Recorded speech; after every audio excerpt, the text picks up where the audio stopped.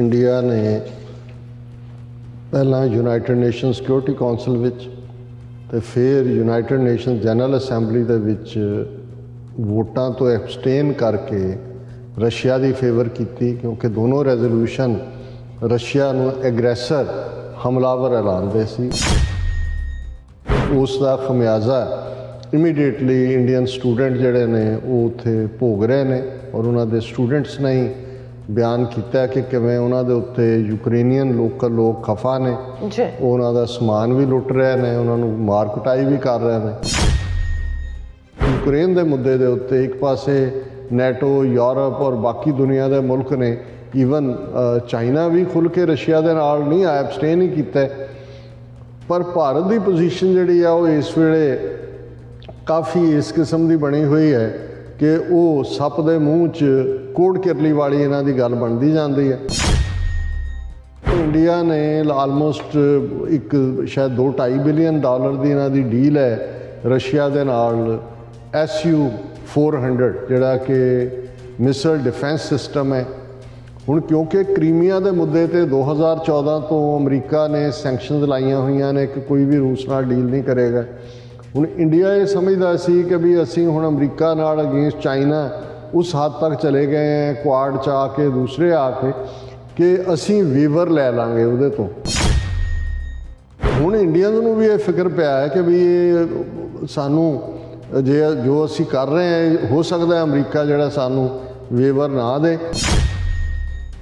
ਉਹਨਾਂ ਨੇ ਕਿਹਾ ਕਿ ਭਾਈ ਜੇ ਇੰਡੀਆ ਕੋਲ ਫੰਕਸ਼ਨਿੰਗ ਜਿਹੜੀ ਹੈ ਸਪਲਾਈ ਚੇਨ ਨਹੀਂ ਹੈ ਰਸ਼ੀਆ ਨਾਲ ਸਪੇਅਰਸ ਐਂਡ ਸਪੋਰਟਸ ਦੀ, ਤੇ ਸਾਡੀ ਤਾਂ ਫੌਜ ਜਿਹੜੀ ਆ ਉਹ ਸਾਰੀ ਕਲੈਪਸ ਹੋਣ ਤੱਕ ਜਾਏਗੀ।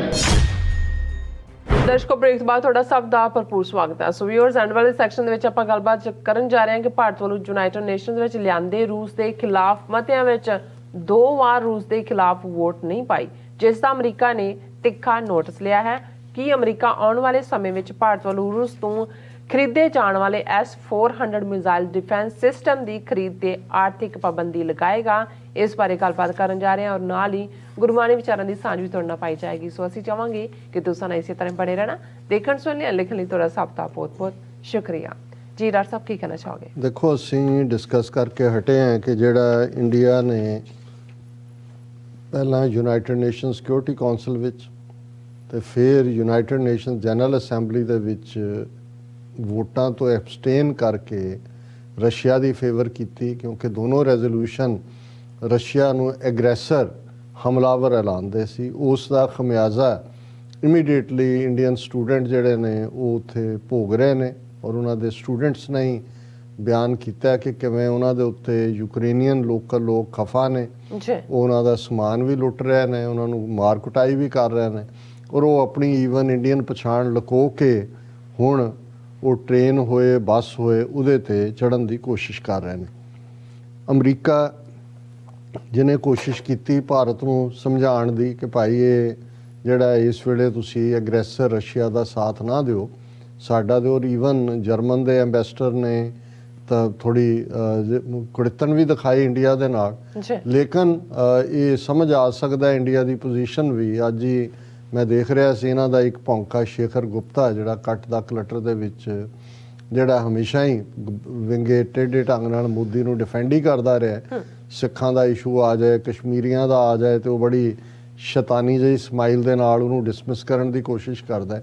ਹੁਣ ਉਹ ਵੀ ਘੜਿੱਕੀ ਉਹਨਾਂ ਦੇ ਤੁਹਾਨੂੰ ਚਿਹਰਿਆਂ ਤੋਂ ਨਜ਼ਰ ਆ ਰਿਹਾ ਹੁੰਦਾ ਕਿ ਭਾਈ ਭਾਰਤ ਘੜਿੱਕੀ ਦੇ ਵਿੱਚ ਫਸ ਗਿਆ, ਔਰ ਇਹਨਾਂ ਦੀ ਪਰੇਸ਼ਾਨੀ ਜਿਹੜੇ ਇਹਨਾਂ ਦੇ ਇਹ ਸਾਰੇ ਟੌਂਟ ਬਟੌਂਟ ਨੇ ਉਹਨਾਂ ਦੀਆਂ ਐਕਸਪ੍ਰੈਸ਼ਨਸ ਤੋਂ ਤੁਹਾਨੂੰ ਨਜ਼ਰ ਆ ਜਾਂਦੀ ਹੈ। ਔਰ ਉਹ ਅੱਜ ਵੇਰਵਾ ਦੇ ਰਿਹਾ ਸੀ ਕਿ ਜੀ ਭਾਰਤ ਲਈ ਕੋਈ ਰਾਹ ਹੀ ਨਹੀਂ ਹੈ, ਉਹ ਕੀ ਕਰੇ ਰੂਸ ਤੋਂ ਬਿਨਾਂ। ਉਹਨੇ ਡੀਟੇਲ ਦਿੱਤੀ ਕਿ 71% ਏਅਰ ਫੋਰਸ ਦੀ ਜਿੰਨੀ ਇਕਵਿਪਮੈਂਟ ਹੈ, ਜਿੰਨੇ ਜਹਾਜ਼, ਜਿੰਨਾ ਦੂਜਾ ਉਹ ਰਸ਼ੀਆ ਸਪਲਾਇਰ, ਆਰਮੀ ਇਨਫੈਂਟਰੀ ਉਹਦੇ 'ਚ ਵੀ 70-75%। ਜੋ ਕੁਛ ਵੀ ਇਹਨਾਂ ਨੇ 75 ਸਾਲ 'ਚ ਕੀਤਾ ਕੀ ਹੈ, 8 ਸਾਲ ਹੁਣ ਆਲਮੋਸਟ 8 ਸਾਲ ਮੋਦੀ ਨੂੰ ਵੀ ਹੋ ਗਏ ਨੇ।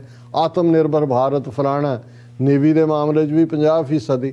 ਸੋ ਉਹਨੇ ਕਿਹਾ ਕਿ ਵੀ ਜੇ ਇੰਡੀਆ ਰਸ਼ੀਆ ਦੇ ਪਿੱਛੇ ਨਾ ਜਾਏ ਤਾਂ ਉਹਨਾਂ ਦੀ ਤਾਂ ਏਅਰ ਫੋਰਸ ਔਰ ਆਰਮੀ ਔਰ ਨੇਵੀ ਉਹ ਸਾਰੇ ਹੀ ਖਲੋ ਜਾਣ, ਕੁਛ ਵੀ ਨਹੀਂ ਹੈ।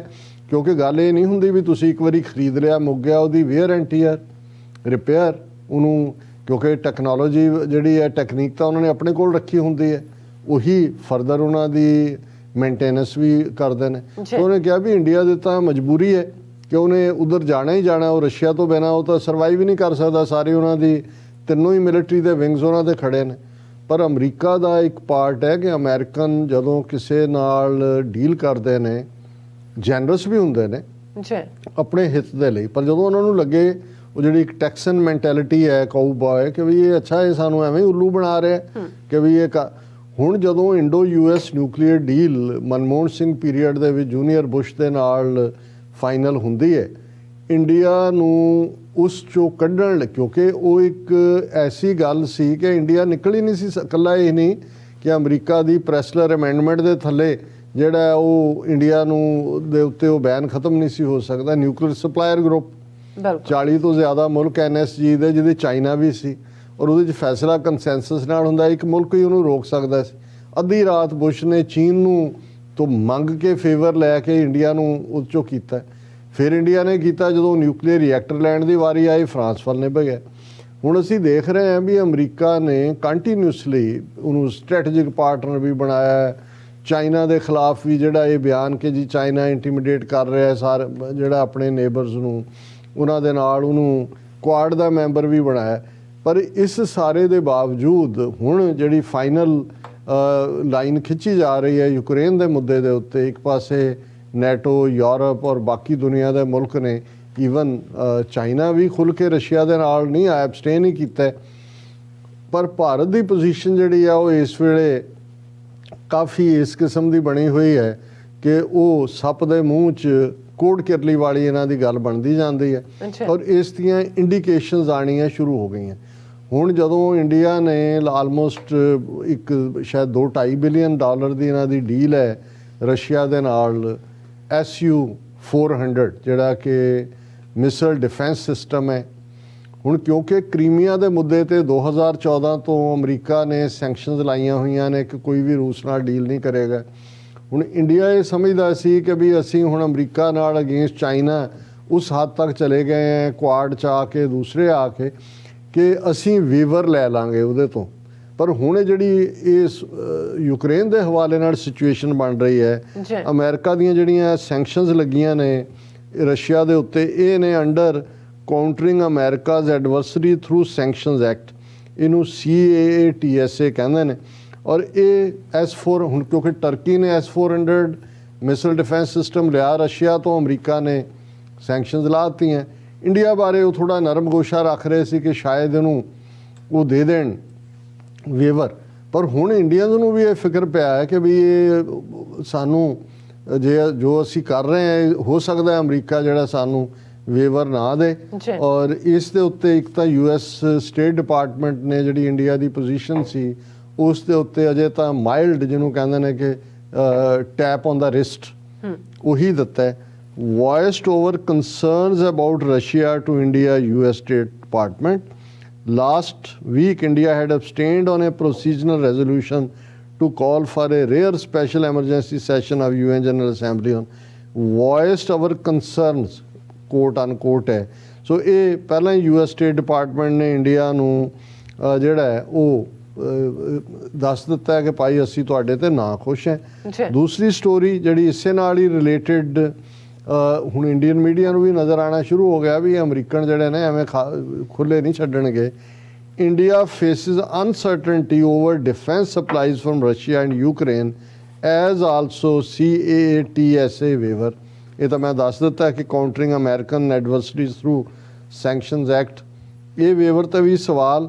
ਔਰ ਡਿਫੈਂਸ ਸਪਲਾਈਜ਼ ਹੁਣ ਏਅਰਫੋਰਸ, ਇਨਫੈਂਟਰੀ, ਨੇਵੀ, ਉਸ ਦੀ ਜੇ ਹੁਣ ਰਸ਼ੀਆ 'ਤੇ ਸੈਂਕਸ਼ਨਸ ਲੱਗ ਜਾਂਦੀਆਂ ਜਿਹੜੀਆਂ ਲੱਗਣਗੀਆਂ, ਜੇ ਇਸ ਦਾ ਕੋਈ ਐਂਡ ਨਾ, ਹਾਂ ਜੇ ਦੂਸਰੇ ਤੀਸਰੇ ਗੇਟ ਦੀ ਗੱਲਬਾਤ 'ਚ ਗੱਲ ਨਿਬੜ ਗਈ ਕਿ ਵੀ ਰਸ਼ੀਆ ਆਪਣੀ ਫੋਰਸ ਸਾਰੀ ਵਿਦਡਰਾ ਕਰ ਲੈ ਔਰ ਉਹ ਵੀ ਅੱਗੋਂ ਗਾਰੰਟੀ ਕਰ ਦੇਣ ਵੀ ਹਾਲ ਦੀ ਘੜੀ ਅਸੀਂ ਨੈਟੋ 'ਚ ਨਹੀਂ ਜਾਂਦੇ, ਔਰ ਉਹ ਸਾਰਾ, ਪਰ ਉਹਦੇ ਜਿਸ ਕਿਸਮ ਦਾ ਪੁਤਿਨ ਘਿਰਦਾ ਜਾ ਰਿਹਾ ਹੈ, ਫਸਦਾ ਜਾ ਰਿਹਾ ਹੈ, ਇਹਦੀ ਐਸਕੇਲੇਸ਼ਨ ਦੇ ਚਾਂਸਿਸ ਜ਼ਿਆਦਾ ਬਣ ਰਹੇ ਨੇ। ਸੋ ਇਹ ਹੋ ਨਹੀਂ ਸਕਦਾ ਕਿ ਜੇ ਰੂਸ 'ਤੇ ਸੈਂਕਸ਼ਨਸ ਲੱਗਣ ਤੇ ਇੰਡੀਆ ਜਿਹੜਾ ਆਪਣਾ ਡਿਫੈਂਸ ਦਾ ਸੌਦਾ ਖਰੀਦਦਾਰ ਹੈ, ਇਹ ਮਨਜ਼ੂਰ ਨਹੀਂ ਹੋਣਾ। ਔਰ ਇਹ ਉਹਨਾਂ ਨੇ ਕਿਹਾ ਕਿ ਭਾਈ ਜੇ ਇੰਡੀਆ ਕੋਲ ਫੰਕਸ਼ਨਿੰਗ ਜਿਹੜੀ ਹੈ ਸਪਲਾਈ ਚੇਨ ਨਹੀਂ ਹੈ ਰਸ਼ੀਆ ਨਾਲ ਸਪੇਅਰਸ ਐਂਡ ਸਪੋਰਟਸ ਦੀ, ਤੇ ਸਾਡੀ ਤਾਂ ਫੌਜ ਜਿਹੜੀ ਆ ਉਹ ਸਾਰੀ ਕਲੈਪਸ ਹੋਣ ਤੱਕ ਜਾਏਗੀ। ਸੋ ਇਹ ਸਾਰੀ ਖਬਰ ਇਸੇ ਦੁਆਲੇ ਘੁੰਮਦੀ ਹੈ ਕਿ ਭਾਈ ਇੰਡੀਆ ਦੇ ਲਈ India requires a functional supply chain relationship with Russia. ਜੇ ਇਹ ਨਾ ਹੋਇਆ, ਇਹ ਸੈਂਕਸ਼ਨਸ ਲੱਗ ਗਈਆਂ। ਉਹਨਾਂ ਨੇ ਕਿਹਾ ਕਿ several observers termed the severance of links and economical sanctions by the West on Russia unprecedented, ਕਿ ਜਿਹੜੀਆਂ ਲਾਈਆਂ ਨੇ ਸੈਂਕਸ਼ਨਸ, ਇਹ ਕਿਸੇ ਨੇ ਸੋਚਿਆ ਨਹੀਂ ਸੀ ਕਿ ਵਿਦਿਨ 4-5 ਡੇਜ਼ ਅਮਰੀਕਾ ਔਰ ਵੈਸਟਰਨ ਤਾਂ ਉਹਨਾਂ ਦਾ ਕੋਈ ਜਹਾਜ਼ ਹੀ ਨਹੀਂ ਫਲਾਈ ਕਰ ਸਕਦਾ। ਉਹਨਾਂ ਦੇ ਅਸੀਂ ਜਿਵੇਂ ਦੇਖਿਆ YouTube, ਉਹਨਾਂ ਦੇ ਸਰਕਾਰੀ ਮੀਡੀਆ 'ਤੇ ਜਿਹੜੇ ਨੇ ਰੂਸ ਦੇ YouTube ਚੈਨਲ ਬਲੌਕ ਕਰ ਦਿੱਤੇ ਨੇ। ਉਹਨਾਂ ਦੀ ਸਵਿਫਟ ਔਰ ਦੂਸਰੇ ਜਿਹੜੇ ਨੇ ਮਨੀ ਚੇਂਜ, ਈਵਨ ਜਿਹੜੇ ਉਹਨਾਂ ਦੇ ਬਿਲੀਅਨਰ ਵਪਾਰੀ ਨੇ, ਇਹ ਵੀ ਕਿ ਦੁਨੀਆ 'ਚ ਕਿਤੇ ਵੀ ਉਹ ਕੋਈ ਟ੍ਰੇਡ ਨਹੀਂ ਕਰ ਸਕਦੇ। ਸੋ ਇਸ ਸਾਰੇ ਦੇ ਚੱਲਦਿਆਂ ਭਾਰਤ ਨੂੰ in this backdrop India requires a functional supply chain relationship with China too questions as possible restrictions by US on Russian equipment. ਜਿਹੜਾ ਉਹਨਾਂ ਦਾ ਇੰਡੀਅਨ ਐਂਬੈਸਡਰ ਰਿਹਾ ਹੈ ਵੈਨਕਟ ਵਰਮਾ, ਉਹਨੇ ਕਿਹਾ it will be very unfortunate if US has the same objective as China to weaken India-Russia defense relationship to the detriment of India's defense capability। ਉਹਨੇ ਕਿਹਾ ਜੀ ਬਹੁਤ ਅਨਫੋਰਚੂਨੇਟ ਹੋਏਗਾ ਜੇ ਅਮਰੀਕਾ ਇੰਡੀਆ ਔਰ ਰਸ਼ੀਆ ਦੇ ਡਿਫੈਂਸ ਵਾਲੇ ਨੂੰ ਤੋੜਨਾ ਚਾਹੇ ਇਕਵਿਪਮੈਂਟ। ਹੋਰ ਅਮਰੀਕਾ ਨੇ ਤੁਹਾਡੇ ਉੱਥੇ ਸਹਾਰਨਪੁਰੀ ਅੰਬ ਚੁੱਪਣੇ ਨੇ। ਅਮਰੀਕਾ ਨੇ, ਇਹ ਵਪਾਰੀ ਲੋਕ ਨੇ, ਇਹਨਾਂ ਨੇ ਜਦੋਂ ਆਪਣੀ ਪਾਲਿਸੀ ਸਾਰੀ ਬਣਾਈ ਆ ਉਸ ਖਿੱਤੇ ਨਾਲ ਸੰਬੰਧਿਤ, ਇਹ ਤਾਂ ਇਹ ਬੇਵਕੂਫ ਨੇ। ਔਰ ਜਿਸ ਨਹਿਰੂ ਜਾਂ ਦੂਜੇ ਨੂੰ ਇਹ ਬੇਵਕੂਫ ਔਰ ਕਹਿੰਦੇ ਨੇ ਜੀ ਨਹਿਰੂ ਜੀ ਨੇ ਕੁਛ ਨਹੀਂ ਕੀਤਾ, ਕਿਆ ਨਹੀਂ ਕੀਤਾ, ਉਹ ਬੇਵਕੂਫ ਨਹੀਂ ਸੀ। ਉਹਨਾਂ ਨੂੰ ਪਤਾ ਸੀ ਕਿ ਭਾਈ ਇਹ ਇੱਕ ਆਮ ਜਿਹੜੀ ਵਿਜ਼ਡਮ ਹੁੰਦੀ ਹੈ ਕਿ ਵੀ ਜੇ ਤੁਸੀਂ ਦਰਿਆ 'ਚ ਰਹਿਣਾ ਤੇ ਮਗਰਮੱਛ ਨਾਲ ਤੁਸੀਂ ਵੈਰ ਨਹੀਂ ਰੱਖ ਸਕਦੇ। ਪਰ ਜਦੋਂ ਦਰਿਆ ਦੇ ਉੱਤੇ ਕਬਜ਼ਾ ਹੀ 2 ਮਗਰਮੱਛਾਂ ਦਾ ਹੋਏ, ਜਿਹੜੀ ਕੋਲਡ ਵਾਰ ਈਰਾ ਦੇ ਵਿੱਚ, ਤੇ ਜੇ ਤੁਸੀਂ ਇੱਕ ਮਗਰਮੱਛ ਦੇ ਨਾਲ ਲੱਗੋਗੇ ਦੂਜਾ ਤੁਹਾਨੂੰ ਖਾਏਗਾ। ਇਸ ਲਈ ਜਿਹੜੀ ਨਾਨ ਅਲਾਈਨਮੈਂਟ ਦੀ ਪਾਲਿਸੀ ਸੀ ਕਿ ਭਾਈ ਨਾ ਅਸੀਂ ਸੋਵੀਅਤ ਖਾਤੇ 'ਚ ਹੈ ਨਾ ਅਸੀਂ ਅਮਰੀਕਨ ਖਾਤੇ 'ਚ ਹੈ, ਉਹਦਾ ਫਾਇਦਾ ਉਹ ਦੋਨੋਂ ਪਾਸਿਓਂ ਚੁੱਕਦਾ ਸੀ। ਨਹਿਰੂ ਨੇ ਵੀ ਜਿਹੜਾ ਉਸ ਪੀਰੀਅਡ ਦੇ ਵਿੱਚ ਅਮਰੀਕਾ ਦੀ ਮਦਦ ਵੀ ਲਈ, ਸੋਵੀਅਤ ਯੂਨੀਅਨ ਦੇ ਨਾਲ ਤਾਂ ਮੋਰ ਕਲੋਜ਼। ਬਾਅਦ 'ਚ ਤਾਂ ਇੰਦਰਾ ਗਾਂਧੀ ਨੇ ਬਲੌਕ ਬਣਾਉਣਾ ਸ਼ੁਰੂ ਕਰਤਾ। ਮੋਦੀ ਆ ਕੇ ਬਿਲਕੁਲ ਹੀ ਜੰਪ ਕਰਕੇ ਜਿਹੜਾ ਉਹਨਾਂ ਦੇ ਬੈਠ ਗਿਆ ਔਰ ਉਹਦਾ ਹੁਣ ਜਿਹਨੂੰ ਤੁਸੀਂ ਕਹਿੰਦੇ ਨੇ ਕਿ ਵੀ ਹੋਰ ਚੁੱਪੋ ਪੋਨੇ ਜੀ। ਡਾਕਟਰ ਸਾਹਿਬ ਤੁਹਾਡਾ ਬਹੁਤ ਬਹੁਤ ਸ਼ੁਕਰੀਆ, ਤੁਸੀਂ ਆਪਣੇ ਵਿਚਾਰ ਸਾਡੇ ਦਰਸ਼ਕਾਂ ਨਾਲ ਸਾਂਝੇ ਕੀਤੇ ਨੇ। ਸੋ ਇਸ ਨਾਲ ਆਪਣੇ ਵਿਊਜ਼ ਕੋਲੇ ਨੇ ਇਜਾਜ਼ਤ। ਵਿਊਅਰਸ ਆ ਸਾਡੇ ਪ੍ਰੋਗਰਾਮ ਦਾ ਸਮਾਂ ਇੱਥੇ ਸਮਾਪਤ ਹੁੰਦਾ। ਤੁਸੀਂ ਆਪਣੇ ਰਾਏ ਤੇ ਸੁਝਾਅ ਸਾਨੂੰ ਭੇਜਣਾ ਭੁੱਲਣਾ ਸਾਡੇ ਇਸ ਪਤੇ ਤੇ SOS@TV84.TV ਤੇ। ਅਸੀਂ ਆਪਣਾ ਪ੍ਰੋਗਰਾਮ ਲੈ ਕੇ ਫਿਰ ਦੁਬਾਰਾ ਤੁਹਾਡੇ ਸਨਮੁਖ ਹੋਵਾਂਗੇ। ਤਦ ਤੱਕ ਲਈ ਮੈਨੂੰ ਤੇ ਆਪਣਾ ਸੁਣਾ ਗਿਆ ਦੋ ਦੇਖਦੇ ਰਹੋ TV84। ਬੁਲਾ ਦਿਓ ਫਤਿਹ। ਵਾਹਿਗੁਰੂ ਜੀ ਕਾ ਖਾਲਸਾ, ਵਾਹਿਗੁਰੂ ਜੀ ਕੀ ਫਤਿਹ। ਰੱਬ ਰਾਖਾ।